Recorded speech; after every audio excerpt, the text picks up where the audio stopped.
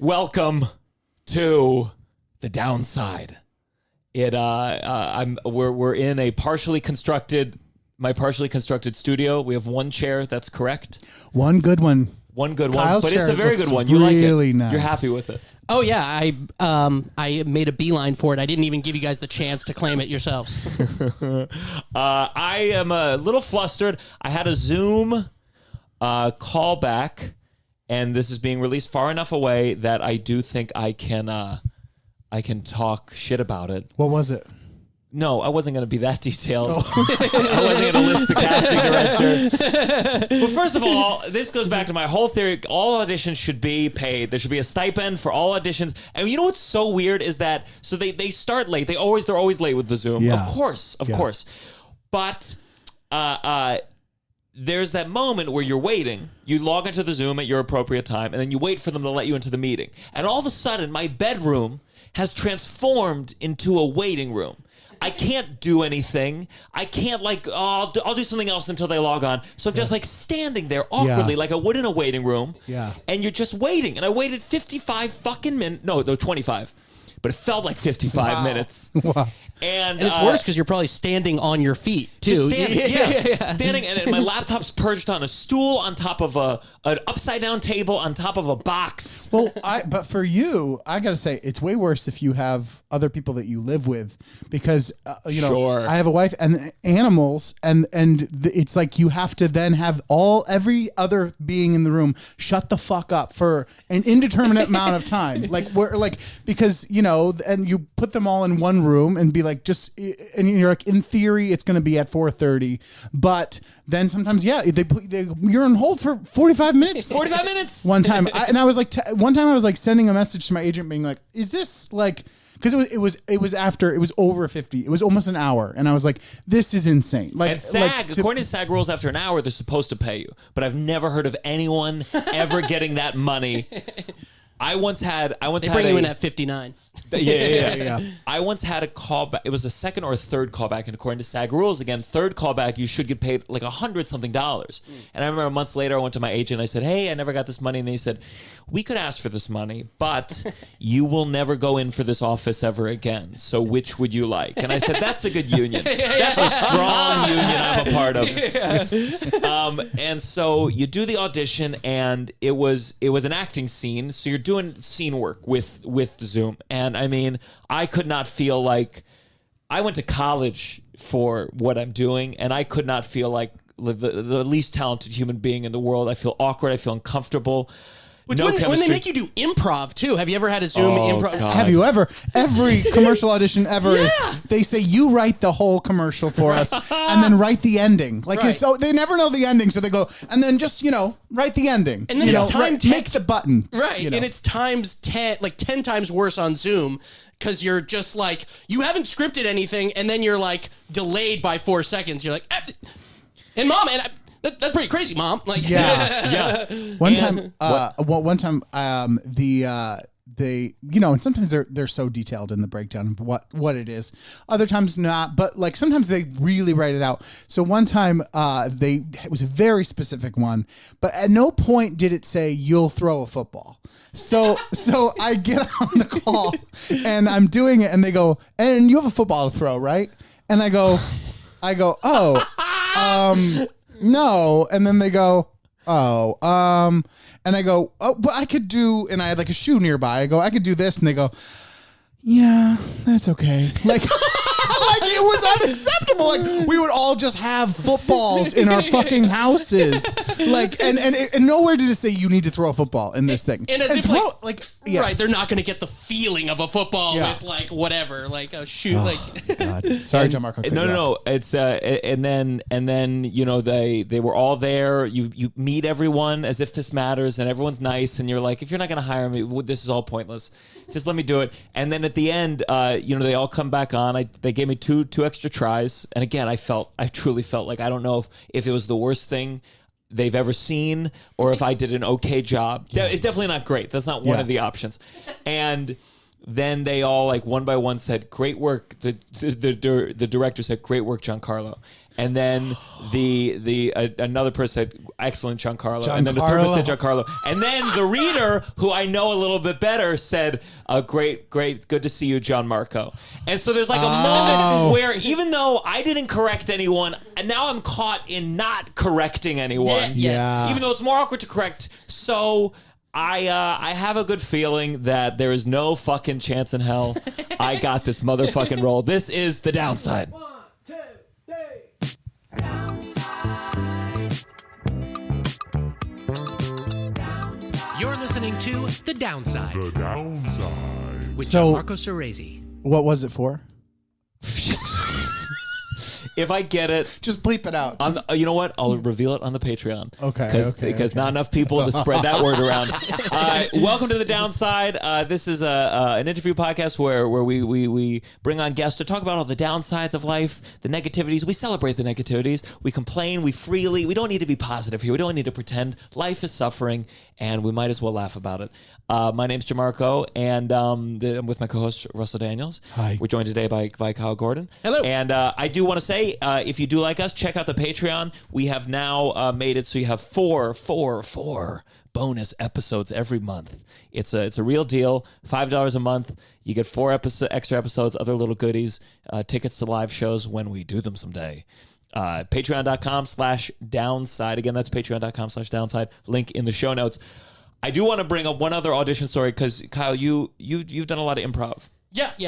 I don't know if you know this. Russell is one of the worst improvisers in the entire world. One of the greatest sketch comedians in the entire world. And could be. I bet if he had a couple beers, this is the first time we've ever had a drink on the Downside. Yeah, Thank you for cheers. bringing Heineken. Yeah, of course. If he was drunk, I think he'd be the greatest one. But sober, my God. I'm not always bad. I think I'm either. I could be. I think when we did the things when we met, I don't think I was terrible all the time. But I think Thanks for the listeners at home. When we did the things when we met, when we there were are doing 3 people in the whole world who would know what that means. when we were doing that Bachelorette show off Broadway, we had seemed like a year process putting that show together, Yes. and most of it was improv exercises, and I feel like I did fairly well You in did. a lot of them. You did. But I think when I'm not firing, it's some of the worst thing that you've Yes. ever Yes. seen. I don't enjoy it. I don't enjoy doing it, certainly, and I'm hesitant to watch it in live. Sure. Because it stresses me out. So We're much. going to get to that Yeah. with your whole industry. But I remember I was definitely, I'm sure you were too, when to do commercials, you had to have a UCB credit or like improv was so important, Yes. partly Yes, because they yes. want you to write it. Yes. But I remember I did this one. It was I don't know if I've spoken about it before in this, but it was for Lifetime. It was a TV show called I Love You, but ... I lied. And it was improvised scenes. And mine was, I auditioned for this thing 8 times, and I did it once eventually. But it was like me and a guy, he'd gone out of town, I was apartment sitting, and the scene was, he comes back, and I say, hey, this girl, I told her it was my place, can you let me stay one more night so we can have sex? And as we're going in, he said to me, and he was just like an improv guy, he was like, okay, so when I was out of town, I told you to watch my octopus, Inky.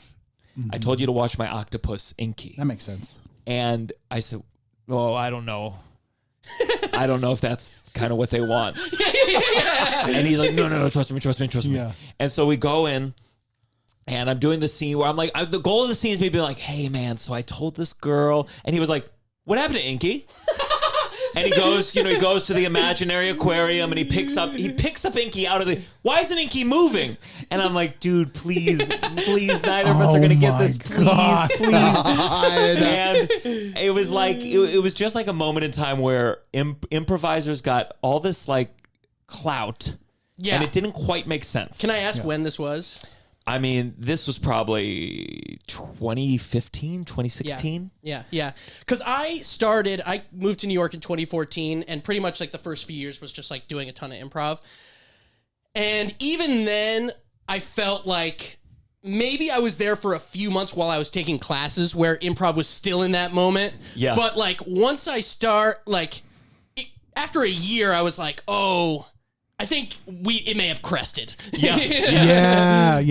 Well, since this is the downside, and you do improv, I mean, does it feel like Yeah, is it done? you love improv? I mean, like you're good at improv. You like improv? I'm okay. I was never on like a UCB team or anything. I did a lot of stuff at the Magnet, which is, like just another theater. Yeah. How many improv teams have you been on, and can you name them all? Oh fuck. They were all at the Magnet. They were Name all the called- names because I love improv or any kind of comedy group. names. Yeah. The first one was fuck. Well, we were gonna call ourselves the Billboarderos, which was like some inside joke, but then someone thought we'd get canceled because it like was slightly in Spanish. And I'm conjugation. assuming you were all white. Yeah, of course. Of course. By choice. Yeah. No. Fuck. Okay, I know one was called Avalanche, then one was called The Heel, and then one was called Sexy Baby, and then one was called, I'm missing one. I was on 4 or 5. Fuck. But That's not too bad. None of those are two. No. I'm trying to think of ones I've heard. Mission Improbable, I've always liked. Oh yeah, there were no like puns or no, anything no. like that. Yeah. I think that was the earlier improv days. Yeah, and I think a lot of college improv teams are like Yes. super into that. Yeah. And are you good at improv? I'm okay. I'm okay. Yeah.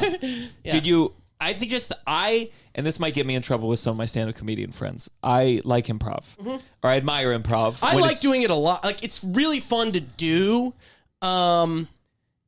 Practicing improv is maybe the biggest waste of time on planet Earth. Like, you know what I mean? And it's fun. Like it's fun to like get up on stage and like have nothing. You could just show up and it's like super fun.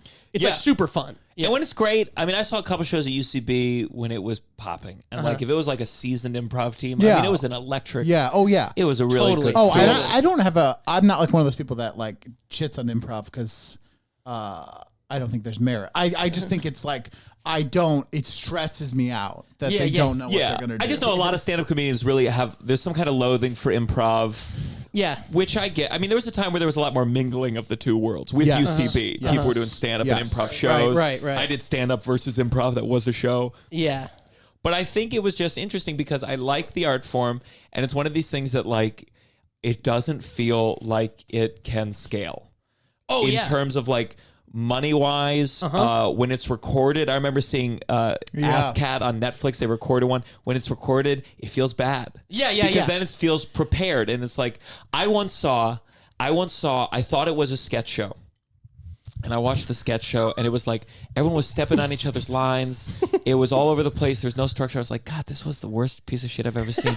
And then I was told someone who I was watching with her said, that wasn't a sketch show, that was improv. And I was like, oh, that was pretty good. Right. Because it's just it's part of the thing. Yeah. And UCB set up the system where no one got paid for it, period. Well, yeah. And so it's one of these things where like you can be so good at it, and I'm like, where does it go from here? Well, part of my frustration with improv too is like, especially like what it became, especially when people like at UCB were like, just like so fucking worked up to like get on teams and stuff and be part of the community and everything. Like it felt to me like so much of the audience was there like because they'd studied improv so fucking much and like taken 10,000 hours of just classes and They were counting practicing. the beats. Yeah, exactly. Yeah. Oh God. Yeah. Or people with notes, people like fucking with a notepad in the audience. I'm like, calm down. And like, also just, if it's like to a certain extent, it became sort of like inaccessible to like a normal person to see, or like a lot of parts of it were. And I'm like, if that's the case, like that's cool, but you have to acknowledge that this is only for like, it's like jazz at a certain point. You know what I mean? For like, sure. Because I like- think the same thing happens with acting where, especially when you try to like scale a school, you have to create a system that like can be taught to lawyers and taught to people who aren't funny. Yeah. And so the system ends up like distilling it to a thing where you've lost the humor. Anyone can do it though, which is kind of the school's goal. Yes, right. And then all of a sudden you have a lot of people that aren't that funny but are doing the thing, and it's like it's lost the luster. Right. And it like they sand off the edges of people with like a unique voice because that's necessarily the goal in order to have a successful school. You can't reward people who have a unique voice because then the people who are taking the classes and following all the rules are like, fuck that guy. He didn't do the thing you taught me in level 4. So why is he, being rewarded for being funny? Like I read the book cover to cover. Like I've never met a single funny person who did mod in my entire life. And Russell is on mod. Okay. There are a lot of funny people. And this is me. I took all the classes. I did, Of course. so. I did it for all the wrong. He was on mod, but he was I on truly mod. did it for all the wrong. I did it because I was like tired of like being like I was like, oh, I just have to do this. Like I was like, I felt like I couldn't. I'd gone as we were. It was a way to go up for a long Yeah. time, and Russell joined mod. What was it? 2 years before the collapse. like 14 months. Like 14 it was like months. I did a Oh, wow. season and 2 Yeah, shows.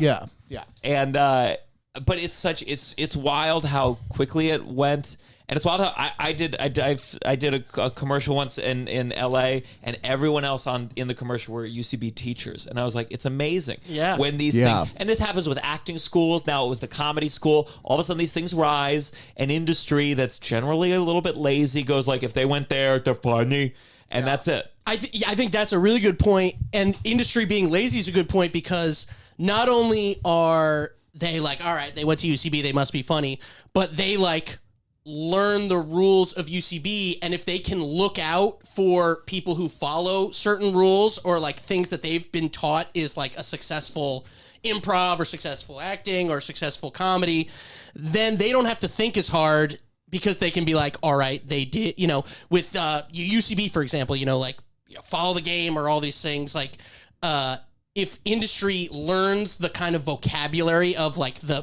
biggest schools, then people who are like, whose job it is to look out for talent, they can just kind of shut their brain off and just be like, did they follow XYZ rule? Yeah. You hear that, Tova? You're fucking lazy. No, I mean, I feel like there was this thing though, which is hard. It's with anything. There was a period where the output of people, like there was a period at UCB where you're like, everyone coming out of that thing was like, do you know what I mean? Like before it all collapsed. People would be like, yeah, I took 101 with Aziz Ansari. Yeah. I took 201 with Amy Poehler. Right. Well, that's the thing too. I think like it was before my time a little bit, but like I heard that SNL used to like, or maybe it was 1 year or 2 years or whatever, they like had people just do a herald for their audition. For an SNL audition. Oh my! I would be terrified. They just got like whatever it was, like 8 people That to does just not do apply to the show. But that's how juiced up they were by it. You know what I mean? It's true. What does that have to do with anything? Yeah. Right. So let's for those who hate comedy talk. we'll be leave for done a with second. that. Well, we're gonna come back. I mean, who are we kidding? Yeah, because it is the downside. So the thing I'm most cynical and bitter about, like, is comedy and stupid comedy. Yeah. So you are, and I found out from Tova, you are a Jew. Oh, big time. Big time. Yeah, I know. I don't look it exactly. Now, do the Hasids? Can they tell? Do they say, "Are you Jewish?" Yes, to you? usually Really? they do. Yeah, usually they. Well, I also live in Crown Heights, so I'm right by headquarters. So and well, one time too, if for those who don't know, like in Crown Heights, literally the world headquarters for like Lubavitch, which is like the biggest Hasidic sect, is 3 blocks from my apartment. So, and if you've been there, you'll notice that they have like pictures of this old Jewish guy everywhere. He's on flags. He's called Mashiach, and he was this guy who was like popular in the 70s, and he was like the head rabbi of this sect. Tova will tell you all about it. Well, Tova and I just did a Patreon episode where she talked about. I'm trying to think if this is the same one. She had a rabbi die before her 4th birthday, which would have been 94, I guess. Yep. Yeah. The day before. Yeah. Is this that rabbi? That sounds right. I think it was early he head 90s. of Chabad? Yeah. Yes. Okay. Yes. Chabad is yes. Oh, I'm I won't working get into so the hard. weeds. Yeah. She's Orthodox, but she was in a Chabad community. Yeah. So she told a story where the rabbi, the Rebbe, Yes, the Rebbe, yeah. the Rebbe died, and so everyone went to Brooklyn for the funeral. This is like the Pope. Yes. For that, and so her funeral was her family had rented out a room at like a museum for the birthday, but no one was there anymore. All her friends were Chabad, so they all went to Brooklyn. She was in New Orleans. And then so her mom went into the museum and invited other kids, non-Jews, into the room to celebrate with her. And it was For her really, birthday. Yeah, it was a really kind of beautiful story of like in New Orleans integration. this happened. Yeah. Oh, wow. 'Cause everyone she knew went to the funeral. Oh, funeral. I see. And Oh, wow. she's Orthodox, but she was not Chabad, so they were still celebrating. Yeah. They said, That's so funny. "How are you that Jewish?" No. So I grew up like it's called like conservative. So like the normal Jew. You're Jewish, right? I'm Jewish, yeah, But did loose. you have a bar mitzvah? No, I had a speed bar mitzvah for my birthright trip. Oh, nice. But no, I grew up in a Jewish community though, so I went to a lot of them. Okay. Where did you grow up? Potomac, Maryland. Okay. Near Bethesda, Rockville. So yeah, like I grew up, which is called conservative. So it's like one step up from like super chill, Okay. like normal. So it's like you go, like we'd go to like synagogue on Saturday, but it wasn't, no one in my family had like payas or anything, Sure. or like wore a yarmulke all the time. Like we ate non-kosher out of the house, but then as I got older, my dad got very religious. He's Orthodox now. Wow. Now, Yeah. what do you think incited that? What do you think in your dad? Turning 50. Do you think it's that? Yeah. I mean, I could see that. I always could see as I You get think older. you're going to get more religious, more conservative as you get older? I could see like as like death is closer, being like I need to cling on to something here. Yeah. For sure. Yeah. For sure. I remember I was reading who wrote the line The Witch in the Wardrobe? What's his name? C.S. Lewis. C.S. Lewis. And like he's one of these people where he was like an atheist and like an artist, a strident atheist. And then he said he was taking a hike one day and he said he saw 3 streams of water and it was the Father, Son, and Holy Ghost. And then he became the biggest Christian in the world. Yeah. And every time I go for a walk, I look for those streams. And I would love to be like just smacked by God. But Yeah, don't- give me no choice. Don't Can you you imagine? I feel envious of like, I wish I felt like the safety of being like people. Betty White died recently, right? And people love telling the story of like Betty White reuniting with the other Golden Girls. And Yeah. You had a very funny tweet about it. But I said, what is it with these crazy motherfuckers? They think that dead celebrities, they go into heaven and they hang out with other celebrities. Yeah. They have family. but think about how much of the population really thinks that like you die and then all of a sudden you're just like up there and you're reunited and it's so nice. And I like truly wish that I felt that way. Like, cause what a nice feeling that would be to feel and believe that, do you know? And I'm not even saying I know what happens or blah, blah, blah. Cause we've talked about this. But It's that boring to know. definitely doesn't happen. Okay, we can be But as it would loose be as so we nice want. if it did. It would be a nice, if When you really, die, I would love to be a picture of you with all 4 Golden Girls because I think you would enjoy the company. no, And they're giving you a look like, why are you with us? but I get jealous of that of course. like just being able to feel that. It would be so nice. Like I think of every day. Like I'd be like, oh, it's fine. What's gonna happen? What's the worst that's gonna happen? I'm gonna die, and then I'm gonna be up there like dancing around with I don't know who. Like I mean, it'd be a lot. Like you think about, but yeah. Anyways, So your dad, what was it like for you? I mean, are you feel connected to the religion, or do you look at your dad and go like, chill, Dad? So, I mean, like oddly enough, like he became more religious later in life, and also like chilled out. So like getting more religious was kind of like his zen, kind of thing. Like him getting more spiritual, and he's not like a hippy dippy. He's like Jewish. Yeah. He's only eating kosher. Oh yeah. What? Now your mom though is not. She got more like hippy dippy, like like Gaia, like Yeah. the trees are my religion, like yeah, like So like, Do they fight over this? Does like she look nitpicky at the stuff. Torah and go like, those are my gods that you used to print onto this Yeah. paper? No, like she's you know, she's like, well, you know, like all we talk about is Judaism these days. You know, like all he wants to talk about. But he's also like very kind of like scholarly in that way. So he's very he just like he reads a ton and like wants to like discuss this week's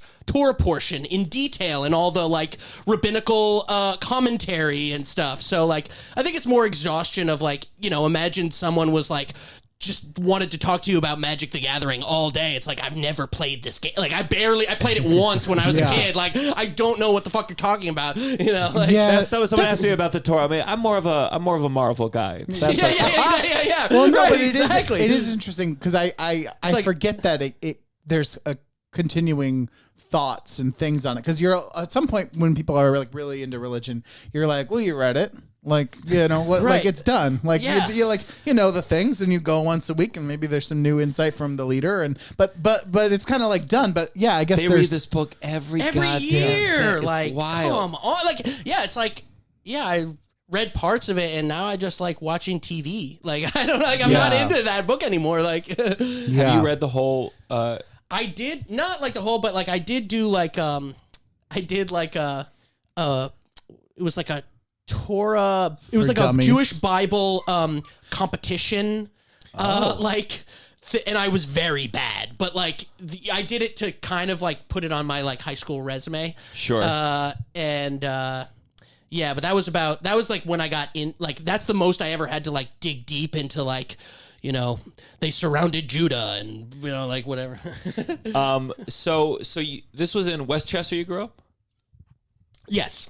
And then you moved to New York, what, after college? Yeah, after college, yeah. And you did Story Pirates. Yeah. Which I've never talked about. I've always wanted to talk. I never did Story Pirates, but that seemed like that was another, like, tell us what Story Pirates was. Yeah, so I started doing it like a year after I moved to New York, and I only did like a few so for I don't know if people know or not, but probably, but it's like this group, and a lot of people from like UCB and the improv world did it, because essentially you'd go to like elementary schools and the kids would write like a story, and it would be like in kid language, like, you know, the taco ninja went to the moon and saved the princess, and then as improvisers, you were like, this is the greatest writing I've ever seen. Exactly. Yeah. It's like this is a beautiful second beat where he like you know, farts out, you know, like guacamole. Yeah, right.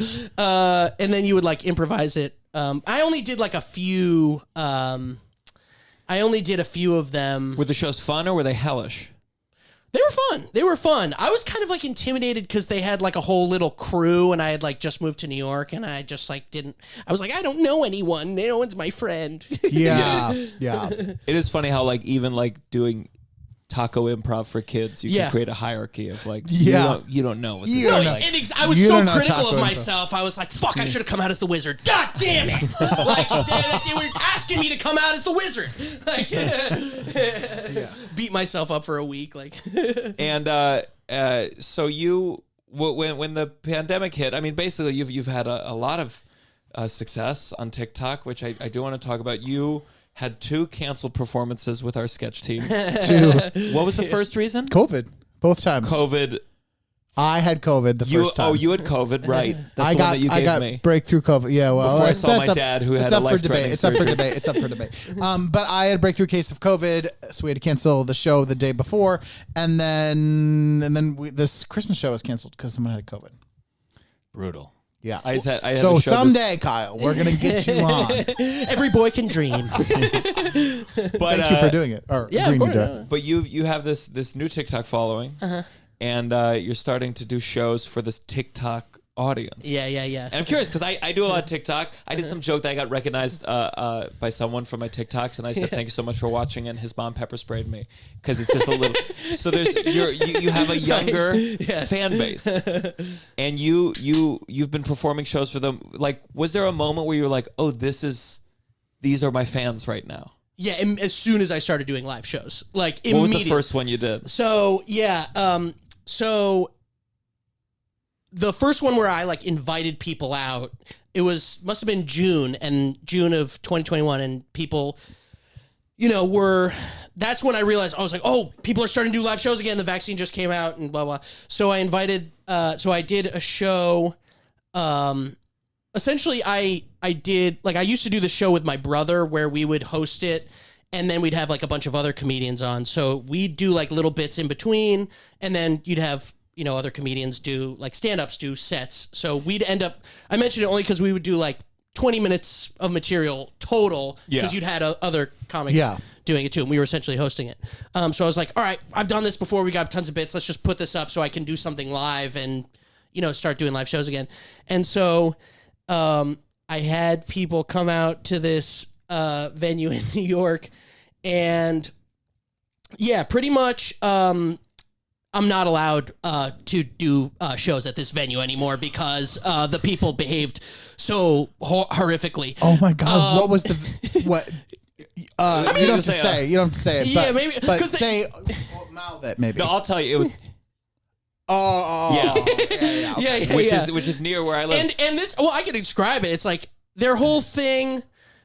I don't even know, whatever. But their thing is like we like. You are banned from it, so I don't know what you have to lose. Well, because well, because they let me do they did let me do go on someone else's show, but they're like, you're not allowed to host. Like, we don't want your people coming to our show, our theater. Oh my God! What happened? So a few and things. These were children acting this like. Well, so that's the thing too. Is it was definitely like 18 to 22, and it was definitely people who like came in from seniors at Hofstra who like took the got drunk on Limeritas on the way to the venue and like, we're going to see fucking Kyle Gordon tonight. It's gonna be fucking tight, dude. This dude's fucking funny as fuck. Actually, he's fucking funny, and they were jacked up before they even got in there. And was it sold out? Yeah, it was sold out. So sold out show. You're making them a lot of money. Sold out. That's not an easy venue to sell out. No. And so you're backstage as they come in. Like, do you realize immediately? Do you go like, oh no? When I got on stage, yeah, because like there were people right, there's people to the side and people in front, and like we're doing bits up top, and like people are just like, talking, but in a way that it's not just talking. It's like, this is so funny, I can't believe it. And then, but that was mostly what I noticed on stage. But then they told me afterwards, like, kind of the shit that was happening. So apparently, people were just like dipping and like spitting dip, like in the, which is like exactly. I was like, that's who I thought they were. Now, I've never done dip. So dip, it's like what is it? Yeah, it's like a tobacco. little pouch. Like they found like there was dip spit, so you put like a pouch of tobacco like under your lip, and then you're like, you never seen like people like spitting into a water bottle, like a hockey player, like. Do you just suck on it, or do you chew it, or what do you do? You just put it right here. Put it and then you just like swirl and then around, and then you get a little buzz from it, and then you spit out when you gotta spit. Yeah. You seem like you like it. I've never done it before. You really described it like But I grew up with a lot of people that did dip. Yeah. Like I went to the sickest high school. Like. So there's dip on the floor. Was the show fun, or was it one of these shows like you couldn't even like? How many comedians? How many stand-ups were? 4 stand-ups. Okay. And what were they? Were they giving you any indication? Like, were they coming off like, what the fuck, man? Like, or no, they were chill about it. Yeah, no. Well, one was like one person. I had one like female comedian who like. Good for you. I was like, listen, all right. I'm putting you on. Lock it up, all right? Bring me your best 10, all right? We're not fucking around. You're welcome. No, but yeah, and like some dude was like kind of like yelling at her throughout the set, of like, I'll date, she's talking like dating is hard. It's like, I'll date you, or like, that. It's like, oh yeah. Jesus. But then okay, so then like I really realized shit was weird, like as I go to leave, and I'm like, I had some like merch stuff, so I'm like going to bring it back, and there's like one dude kind of like slouched over, still there, and he like, they're like, you gotta go, and he just like stands up and like immediately fucking falls over, and no, but the big thing was one of them like threw a glass at the manager's head because they like wouldn't keep serving them, and then does this during the show? Like yeah, people I were missed performing? it. I didn't see it. I didn't know, but and then like kind of like actually fucked up. Like some dude like. No, wait. No. Yeah. Was fucked up. Yeah. No, that was silly. That was just silly. Listen, guys, these are my fans. Please be Yeah. respectful. Yeah. I fucking hate those guys, but don't say a fucking word about those guys. So Grayson's a good dude. But no, and then but then like some guy was with a girl and she was like trying to get into an Uber and he like fought one of the managers to like because the girl was like I don't want him to come with me and he, you know, Jesus. so yeah, so Wow. yeah. So yeah, I can. When this first happened, was there any part of you that felt like, fuck, what have I built? Yes, 100%. But like, Because also just I mean, people check out Kyle's videos, but like your videos are not like.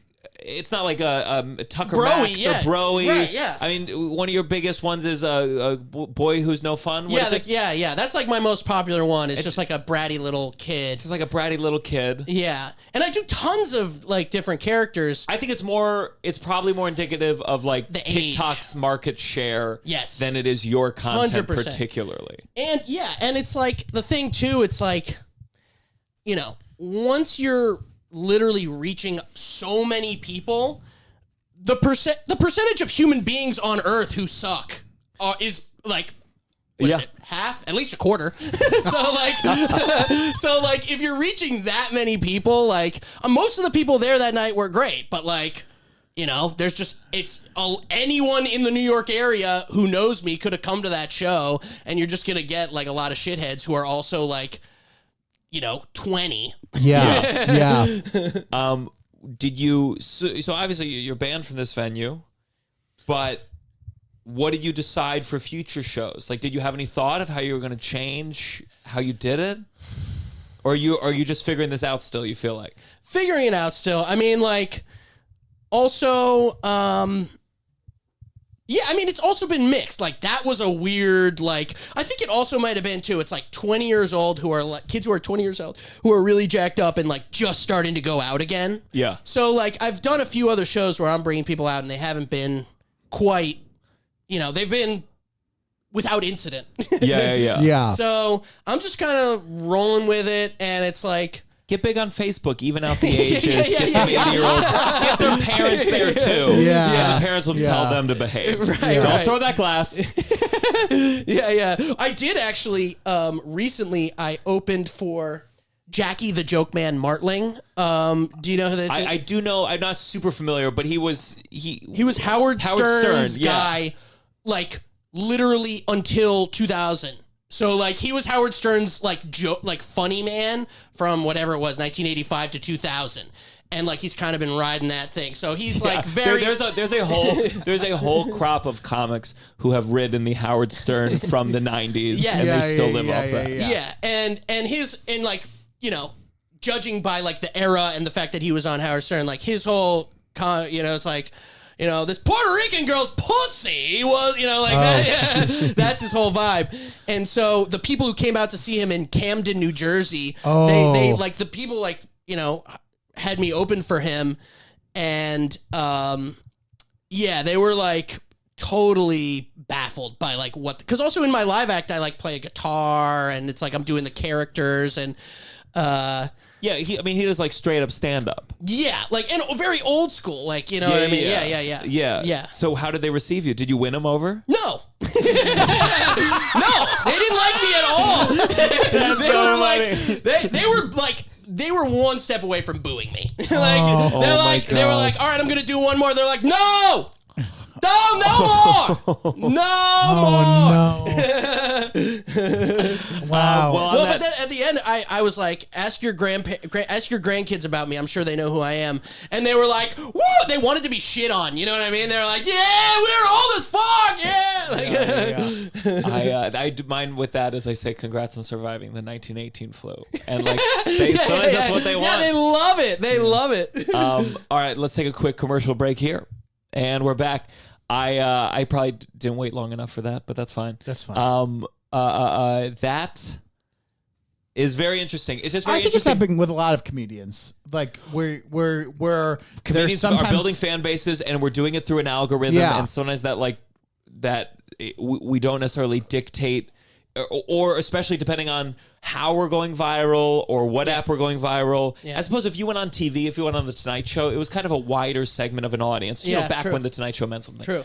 But with these apps, sometimes it can be very, very specific. I mean, I'm sure you have a ton of fan base who are 12 and 15. Literally, yeah. Which is great. You know, so does Taylor Swift. But it's an interesting challenge to navigate as you grow. Right. Yeah, it's just the sort of the nature of the beast. Yeah. But like your comedy is dark. I mean, you have a dark. Some of your TikToks do have a very dark. You don't kid it up, which is good. Right. Yeah. 100%. Like I don't.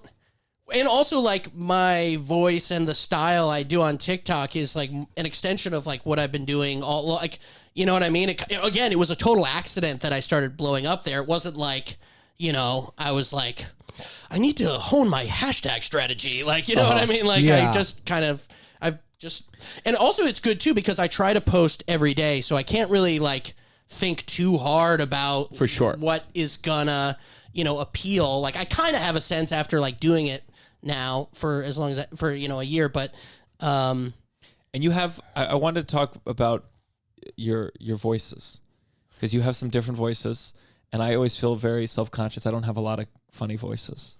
And Russell's Don't sell made yourself jokes short. about. Remember that one time at rehearsal I got really upset? Yeah, I remember. Where I was you almost doing a cried. new character, and they said like, "Oh, that sounds like the last character," and I felt very offended. No, I have. Let me say this. I felt bad about the calling you out and saying you're it's like, well, you're bad at improv. it's the same voice, but I will say it's a great voice. It's a really So, good old all right, man voice. My voices, all my voices, I have Goldblum, which I do in my act sometimes. Oh, he's It gonna slips do in him. He's there. gonna do him, folks. 'Cause I want to get to your voices. We're gonna see who has the most. I have like No, I'm not doing my the voice. John Mulaney voice. Okay. And then I have like it's kind of like it's my Daniel Day-Lewis, my Frosty the Snowman, where it's like how do you do Scrooge. it? Yes.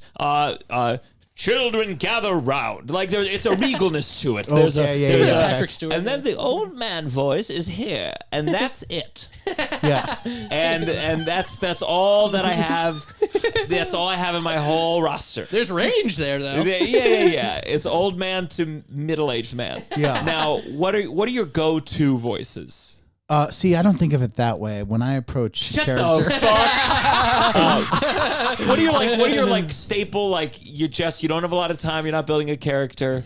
You have I don't know. court stenographer, what's that voice? It's like interrupter, kind of like you know, it's kind of like a hey, I can't do it now. I can't do it. See Thinking what I about mean it. about the fucking I told you I didn't want to do this. I didn't want to do my voices I wanna for hear your you. voices. I don't have voice. I don't think of them like that. What's I your think because stenographer? they're all Do you just want your lines me. as Do stenographer? you know what I mean? Like they're all just like. stenographer, can you read that back to me?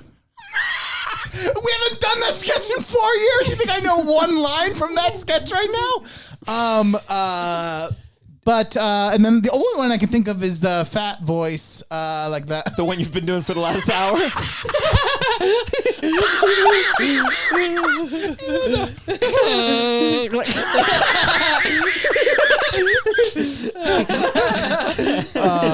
Piggy boy. That's my piggy, Piggy boy? Yeah. You know, like. So just I have a sketch where basically it's like the people auditioning the person they can't say we're looking for the funny fat friend, so they're saying all these other things around, and he goes, yeah, funny fat friend. And like, whoa, we didn't say fat. We didn't say fat. And it But you're escalates- breathing heavily. But You're- you're sweating. You're a little diabetic. Like it's just like it's just like, and it gets to them coaching him into be an actual pig. But yeah. So what are your voices. You have what's the boy? The boy who's no fun. The boy is like, seriously, knock it off. Yeah, and that's that. And then I do a lot of also my voices. I kind of do like slight variation, but it's all I do one like foreign voice, which is like Eastern European.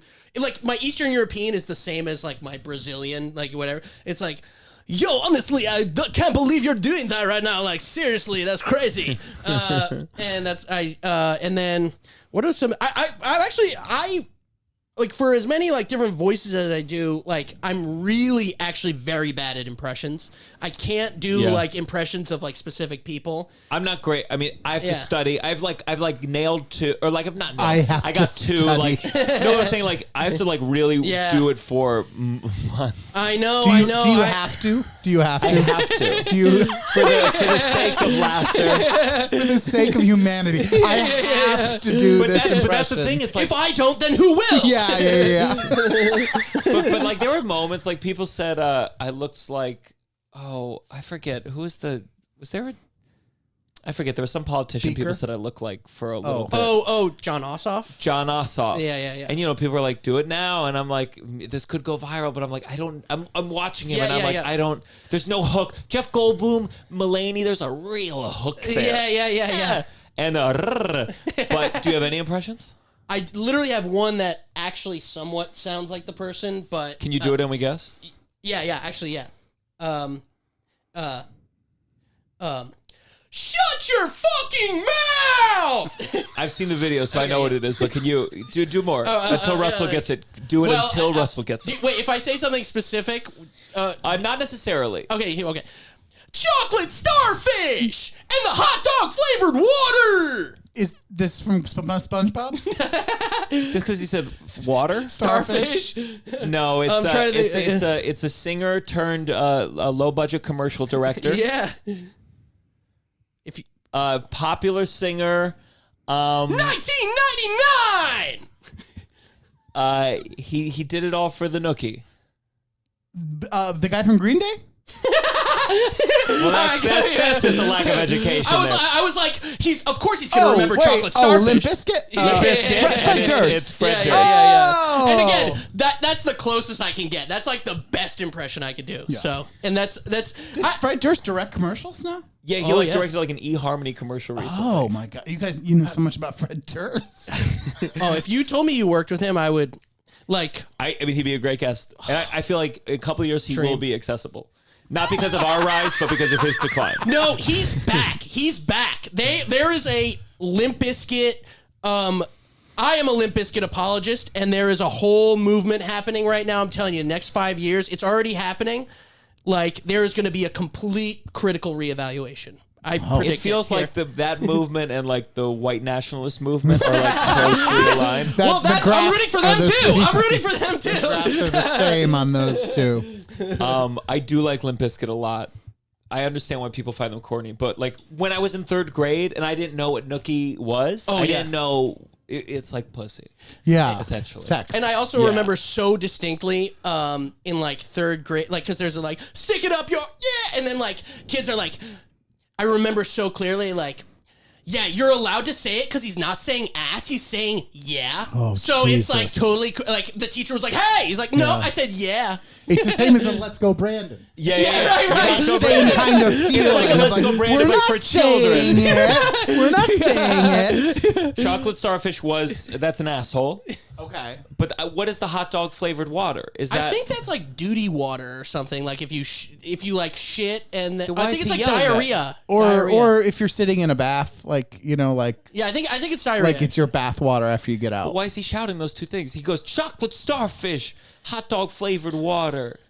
Cause he just rules. I feel like hot dog flavored water is pussy, like pussy juice. Why wouldn't You it may be be right. wiener And juice? he's down there. Because your wiener is a hot dog. Yeah, but I think he talked about Nookie for a long time. I don't think he's like now talking about like going down on men. Oh, I see. Oh, I think that would be a good pivot for them. Did you ever see them in concert? No. But they're touring again. I feel like I'm not you like an actual. don't even song what you would be a good opener for Limp Bizkit. I mean, come on. Don't tempt. That's my dream. That's the dream. That would be incredible. Yeah, someday. Fingers crossed. Well, let's go on to. Did you think of one today? Yeah, I did. Let's go on to our next segment. This has got to stop. I don't like ad agency. I forgot to put in the. My God. We did a best of episode. I don't like ad agencies. This is My Caleb family here got on. most of the people who work at the ad Son of a agency that fucking worked out bitch. This is really embarrassing. Russell, can you do? This has got to stop. This has got to stop. Welcome to This Has Got to Stop, where we talk about something that needs to stop. I think you go. Do you have one? Yeah. What has got to stop? Yeah. Well, we have really done. It has ended up being like a lot of like cynical comedy talk, but I actually was based on something I saw that you posted. Gianmarco posting. This has got to stop. Gianmarco posting. The article in the New York Times about that comedian who was like, I quit my job and now The article title was "It's never too late to quit your job and become a stand-up comedian." And it's like, fine, do it, but don't like encourage other people. That's one of the worst. That's one of the worst things you could do is to encourage other people to like quit your job and fucking. I didn't read the article. I just reposted it saying no. Very unkindly, and I'm sure I'll people be have at a to- lineup with him People someday. need to come up with the idea themselves. They shouldn't be discovering it and being like, that is a good Why idea. are you so, though? encouraging them? Do you feel that way about, because like comedy to me, it's going the same way these improv schools followed. If you look at like the actor studio, and all the movie stars came out of the actor studio, and then UCB, it all came out of the studio, and then eventually acting got so systemized, you started being able to major in it in college, and there's acting majors all over the country, all over the world. Emerson already has a comedy major, and I'm sure, I think comedy follows the exact same trajectory of acting in terms of an art form that was inaccessible. You hear old stories about like, how'd you get into comedy?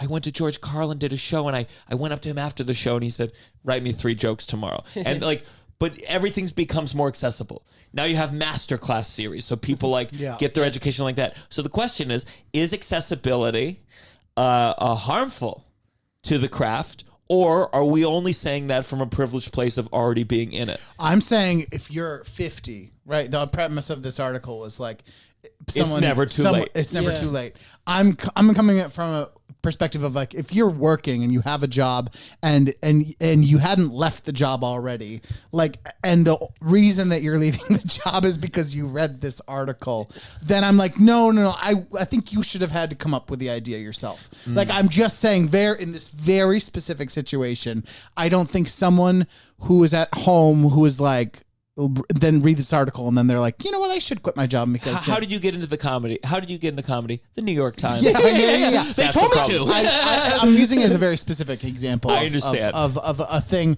I just feel like there's enough people doing it. So why we don't need to encourage Particularly with someone who comedy, didn't have I the just idea to think do it. there needs to be more like amateur spaces versus professional spaces. Yeah, 100%. Like, do comedy. Have fun doing it. And same with anything. But it's like, some like 55-year-old guy with like 2 kids and a family is like, hey, I quit my job. I'm picking up the cello again. Like, you've got the problem with it being comedy specific is that everyone thinks they're funny. Sure. You meet everyone thinks they're funny, and Right. so Well, that's the hard thing is you're people are like, like and everyone tells that they're funny or they're crazy. Right. Everyone's Right. crazy. Well, this is the problem with improv too, I think, where like improv is known for being notoriously terrible because everyone goes to the 101 shows of their friends and it's so accessible as opposed to becoming like a vaulted art form. And I feel this way about stand-up too, where they become so much bad that people see it and then they go, I don't like this. And then they know you see one bad stand-up comedy show, you might never go to a stand-up comedy show again for the rest of your life. And so I do agree, this has got to stop getting into comedy. I'm gonna round Doing it up. exactly No what more. we do. Close the doors. It's horrific. Close the doors. No one else for 10. Yeah, exactly. No one else for 20 years. Yeah, this has got to stop making all of the decisions I make. Yeah. Russell, what is your this? This guy stop is so I was home for some time, and it's a very small town, and people love this thing. They love this thing. They love that you go to the Dunkin' Donuts, and the people ahead of us bought the coffee for the people behind us, right? And then we're like, we're gonna buy the coffee for the people behind us, you know. So and they love talking about it. They like being my parents. They're like they were there and they're like, I didn't pay for coffee once this week. And I'm like, well, then you pay for the people behind you. And they're like, yeah. But it's this nice thing this little town does. And then you get to the window and it says huge sign, biggest sign, bigger than the hours of Dunkin' Donuts on there. No tipping.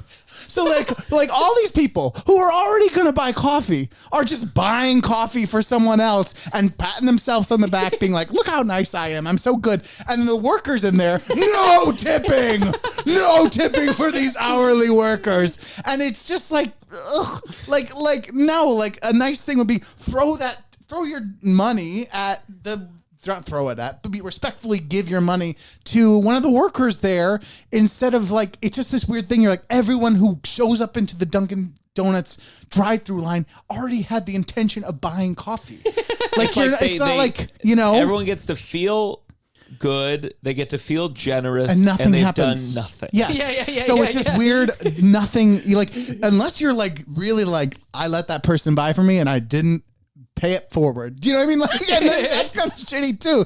There's just this thing where it's like a false thing. Where how does it work exactly? So they're at the cashier and they say, you know what, I got the people's behind me. Yes. And then you go, you buy your own and the people. So the first person I've never heard of starts that. it. I've never heard of this. It happens. Yeah, I've never heard of that. And my dad literally said he hadn't paid for coffee one time. What? Except for the And coffee also, he bought for them.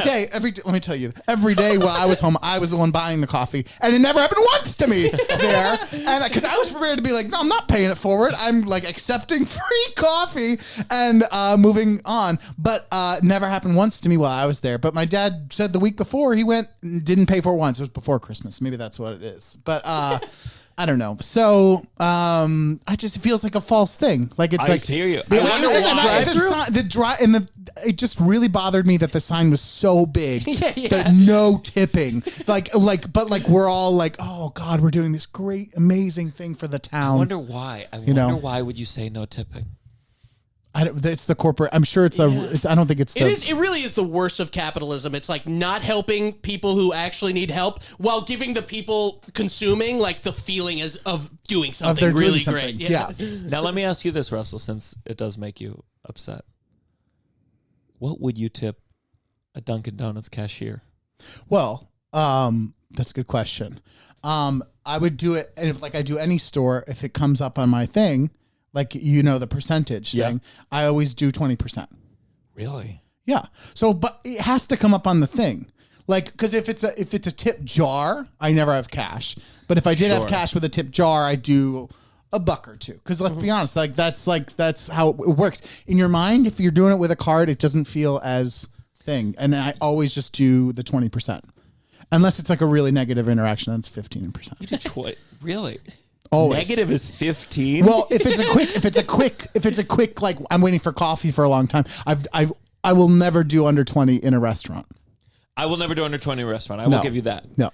Everything else, I'm still figuring it out. No, I'm only saying in the way of like you're plugging it in, they spin it around, and it's like, here's the tip options, and you're like, I always just pick 20. It's the easiest one to do. Yeah. But Dunkin' Donuts doesn't do that. There's no tipping. No tipping. There's no tipping. They can't have a jar. Nothing.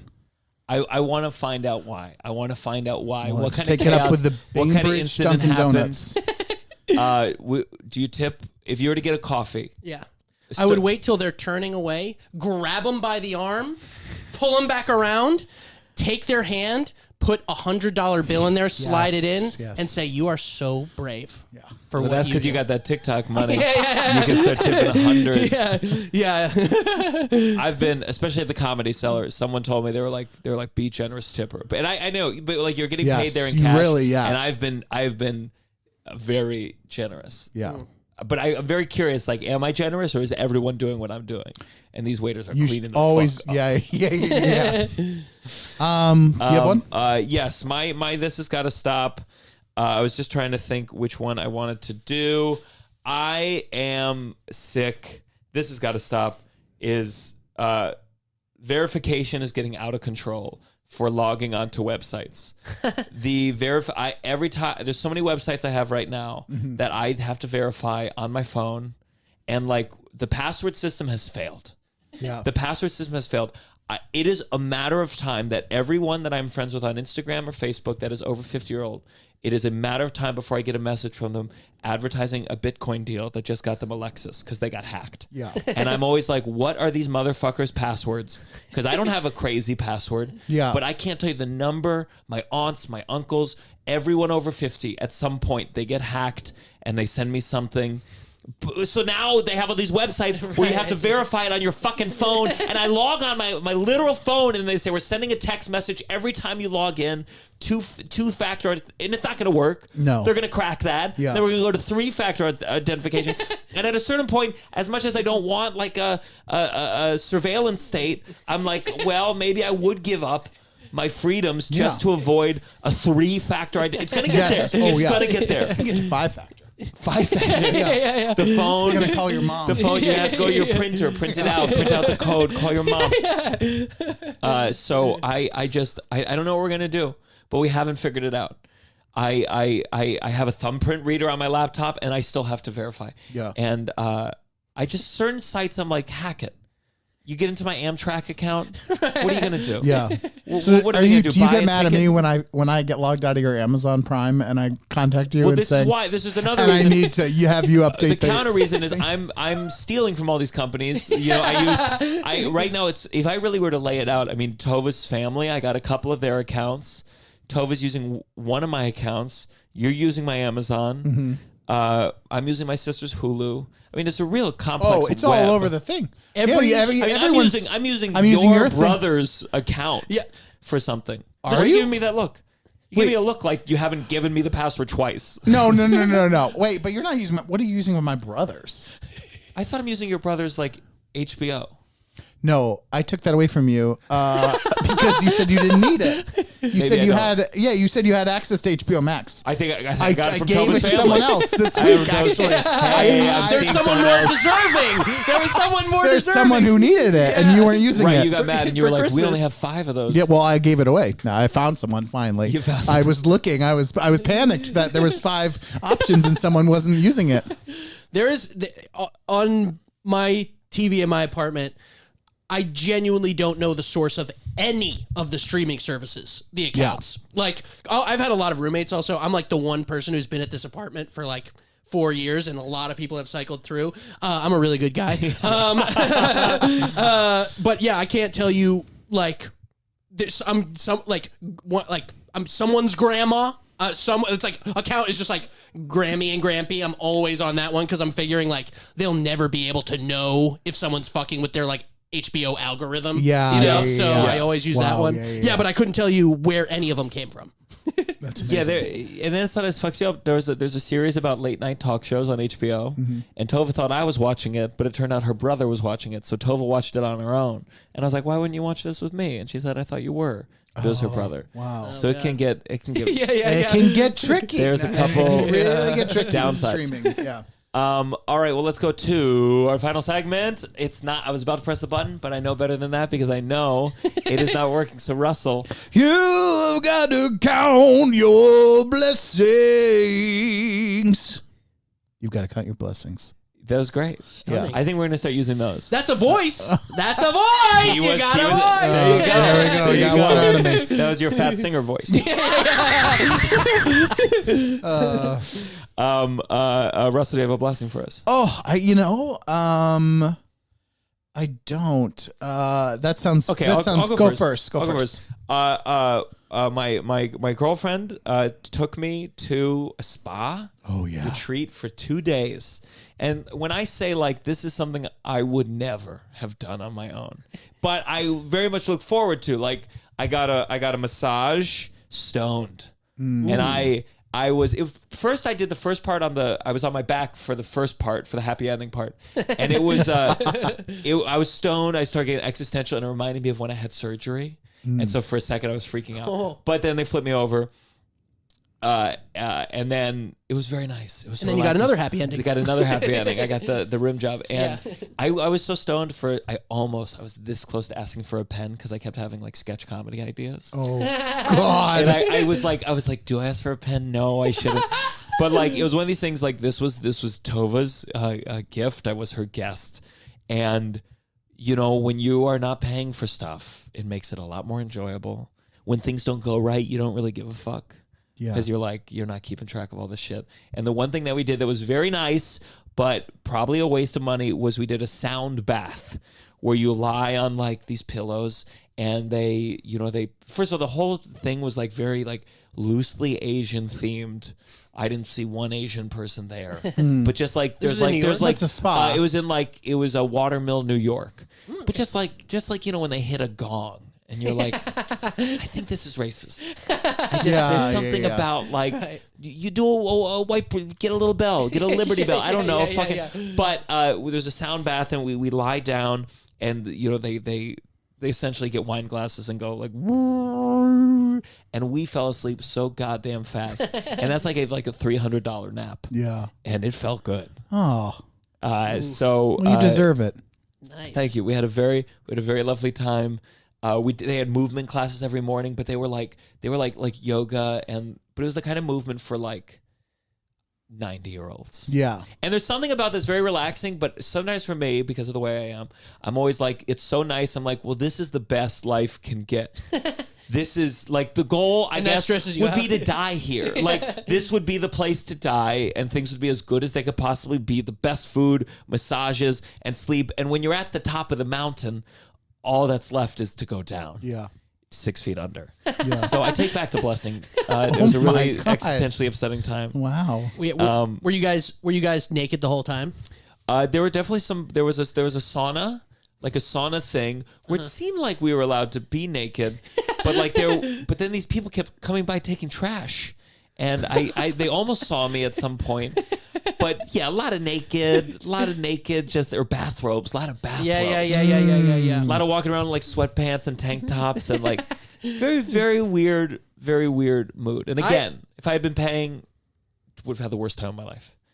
But because I wasn't, it was heaven.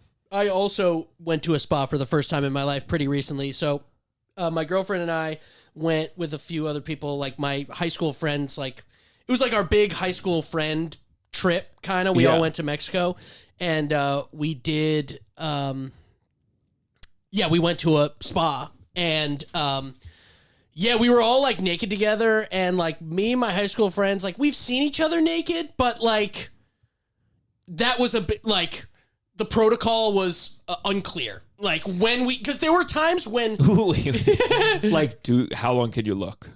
Like, what do you mean the protocol? Can you touch? Like, what do you mean the protocol? It was like I gave him head, but I was like, don't come, dude. Like, don't be a freak. No, but like, you know, I was like, I got into the sauna, and then I was like, I had to change from the robe to like a towel. And I was like, should I cover up as I take the towel off? Because like, also it's like we're sitting there like splayed out, and I'm like, should I, cover up? We've never seen each other. We're on a sketch team, and I kind of wish I admire nudity, like in comedy. Like when I think about the funniest comedy thing is that Borat scene where he's wrestling with the guy naked.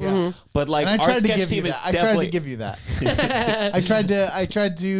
I often try. Gianmarco has expressed this, that he wants to be more nude, wants to have more things. And I've gotten close. I mean, I've had my bush out, but never mind. Close. And I will tell you my theory, and I just realized this now. I think we all must have, and we'll see if Russell corrects me just now, we probably all have regular sized penises. Because I always have a suspicion that the people that love to get it out are because they have no self-consciousness about their dick. Oh, of course. And when my dick's not like... I gotta say this. I gotta say, in the year 2021, how many sketch groups are... 2022? 2022. Oh my God. How many sketch groups are getting fully naked in front of each other?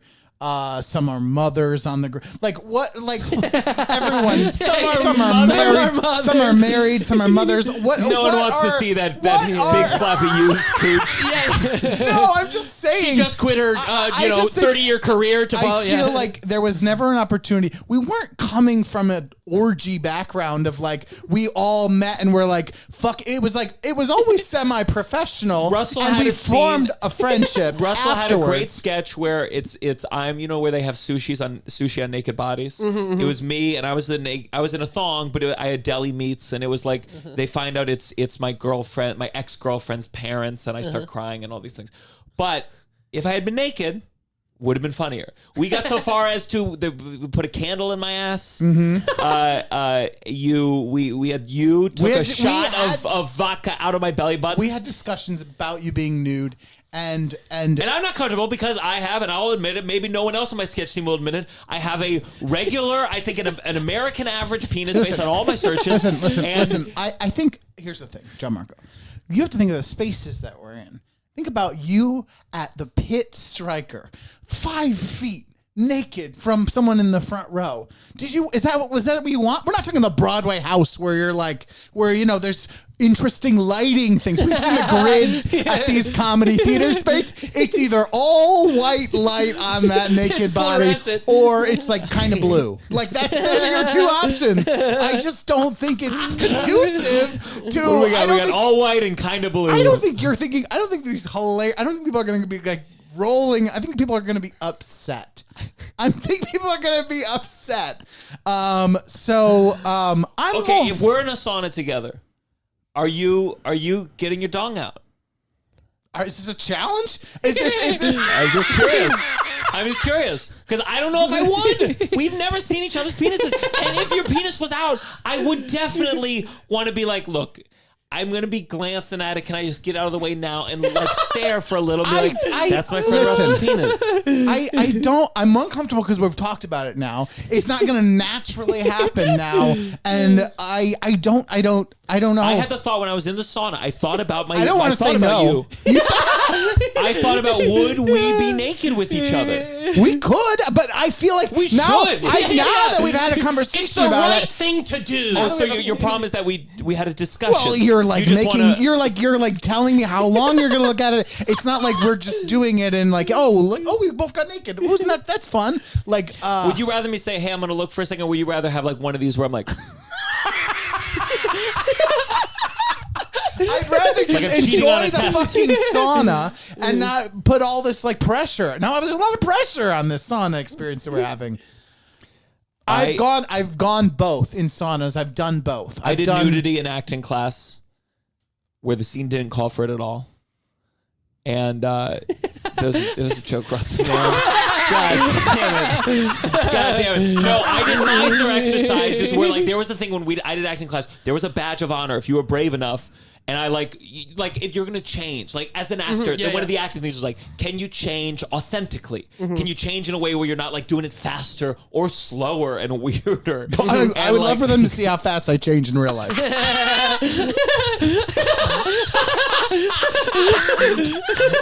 Because that is the authentic way of how quickly I change. It's the fastest you'll see me move. I would love more nudity. I Fine, hope Gianmarco, I'll write a sketch. We'll do a Patreon episode in a sauna. Yeah. The cameras will break from the heat. So that was my blessing. Did you say your blessing? You didn't have a blessing. No, I have one, but it's real quick. God, what was it? It's just so stupid to even share it now because we just had a. No, I had a great New Year's Eve. I had a lot of fun, and I didn't have the TV on. Didn't do any of the like countdown kind of stuff. Just had a really good fucking meal, really good drinks, had a dance party, and didn't have any of the. I was not connected to any of the stuff, any of the ball drop. Like it was just a really nice, felt like celebratory feeling that sometimes. Sure. I feel like I'm usually let down by New Year's Eve. It's like this pressure to have this amazing time, and I felt like it lived up to it, and I had a really fun time. I think that's great. I think this will really resonate when people hear this on February. All right, Kyle, do you have a blessing? Well, I was originally I didn't know the scope of the blessing. I was originally going to say upside down ketchup bottles, but I'll switch. I mean, that's a good. I mean, is that something you Oh, eat a lot? genuinely, You I look feel like you eat very a lot of strongly. ketchup. You look like you put ketchup on too many things. Yeah, definitely. Yeah. Oh, I my grew up. God, We I'm put like there ketchup with on you. pasta, and like that was Yeah. like a meal. Yeah, 100%. boy. Yeah. I'm open. I like ketchup a lot. No, Ketchup on pasta is pretty gnarly. But yeah. It was like actually I was like famous for having like the worst packed lunches. Really? Yeah, like my parents were just like they're actually not bad cooks. They're just like kind of ADD and also like lazy about that stuff. So they'd be like, "Oh, Kyle's got to get to school." And like one time I had a slice of cheese, a pickle, and $5 like in my brown paper bag. My God.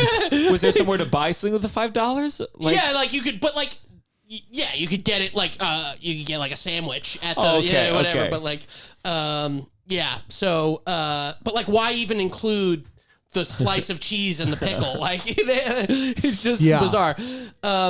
So actually, yeah. So, but the upside down like, it really, when did that come out? Like, probably like in our lifetime. in our lifetime, for For sure. sure. Because I remember at restaurants, there was like something with the glass bottle. You're supposed to hit the 45 Yes. or whatever.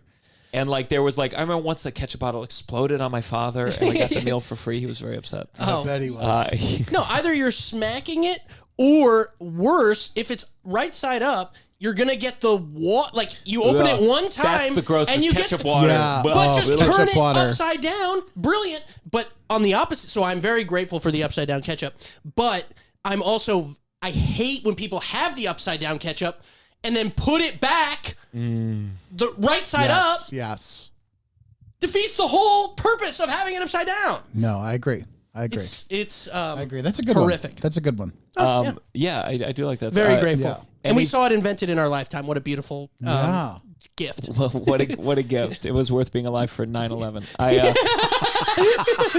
Russell, do you have anything to plug as we wrap yes. this up? Well, I don't know when this is coming out in February, but if you're still alive and there's shows and it's not too late, February 11th, Uncle Function will be at Asylum NYC. So get those tickets.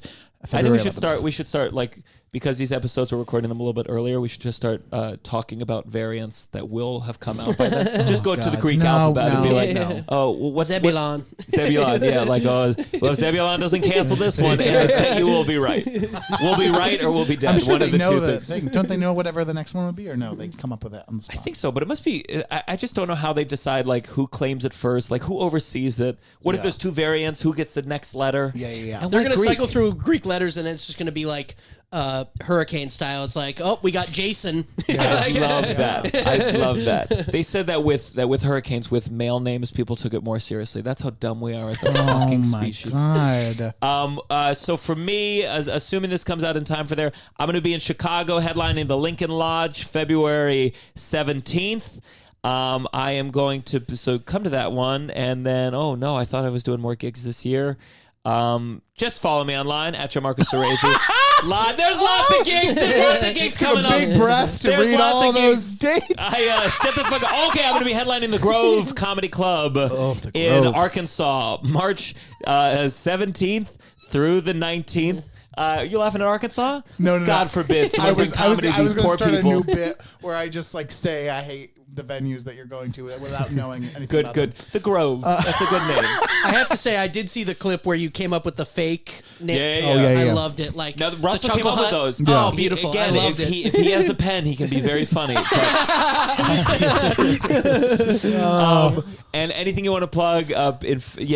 Yeah, no, you can follow me on social media at Kyle Gordon is great. And then I'll hopefully be doing some shows in the spring. I've got some in January, but you guys fucked that up. Yeah, Sure. Yeah. Just follow me and keep an eye out because I should have some shows coming up in the spring. So Sweet. And I usually like to say some way to wind it down negatively. Sometimes I don't feel like it. Don't do it. Don't. And nicely. This was a nice conversation. Yes, I'll look at your wiener. Yes, you look at mine. This is the downside. 1, 2, 3.